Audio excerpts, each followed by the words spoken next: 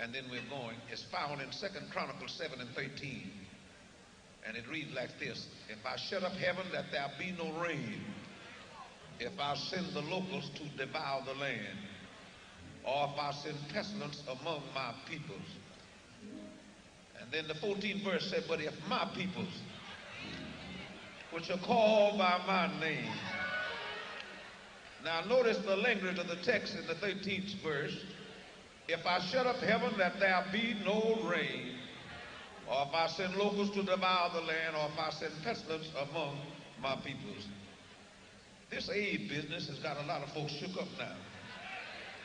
And look like to me God is trying to kill all these sisters now. And I've never seen so many sisters on the altar in all your life, because this aid business is shaking them up now. Never seen so many lesbians on the altar in all your life. And I want you to know, if God burned all them sisters up in Sodom and Gomorrah, He's going to burn you sisters up. So the diseases is in the land and no cure for it. What God is trying to do is get the attention of the folks. And He said, if I shut up heaven that there be no rain, if I send locusts to devour the land.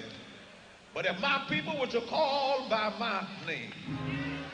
Now to me He's talking to the holiness folks, tongue-speaking folks, folks that believe in one wife and one husband,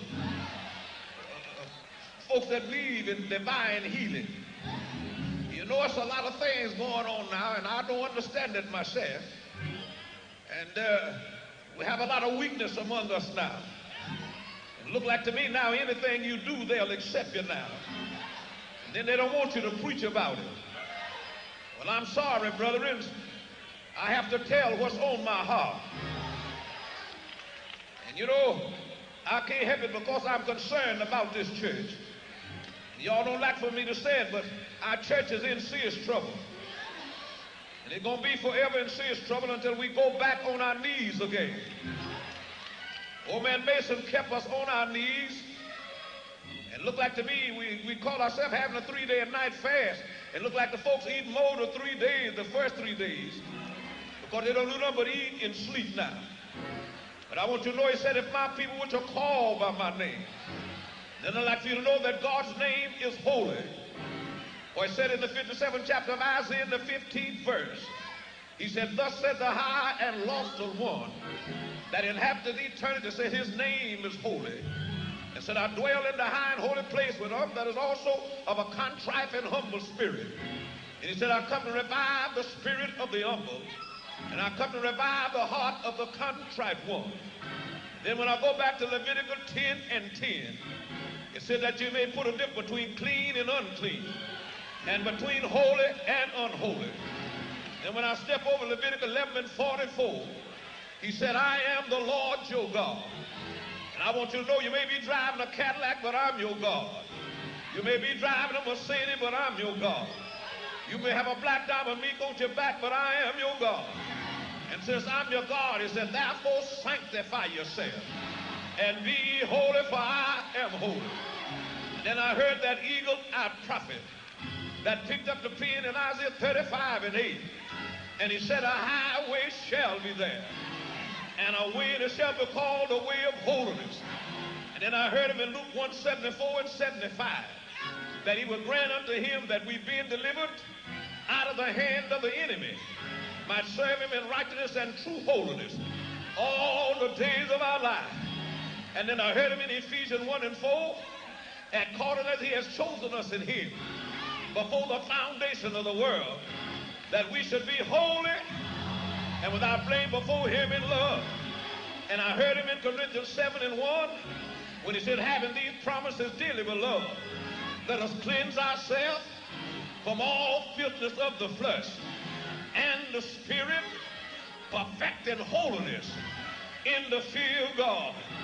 And in 1 Peter 1:14 and 15, it said, be holy in all manner of conversation, because it is written, He said, be holy, for He said, I am holy. And when you read it backwards, it said, holy am I. and holy ye be. And you can't make nothing else out of holiness but holiness itself.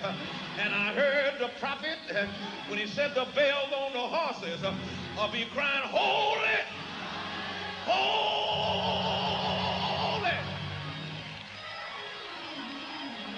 Ooh, Lord. Thank God for the way of holiness. And I'm glad you can't mess holiness up. You mess yourself up.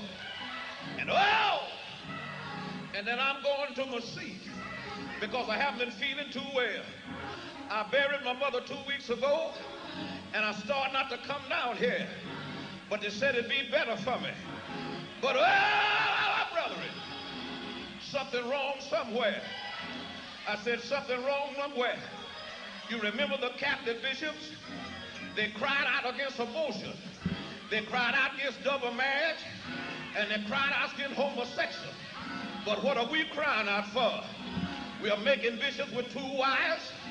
Y'all ain't saying nothing. And the Bible said that he desired the office of a bishop, said he first must be blameless and the husband of 1 wife.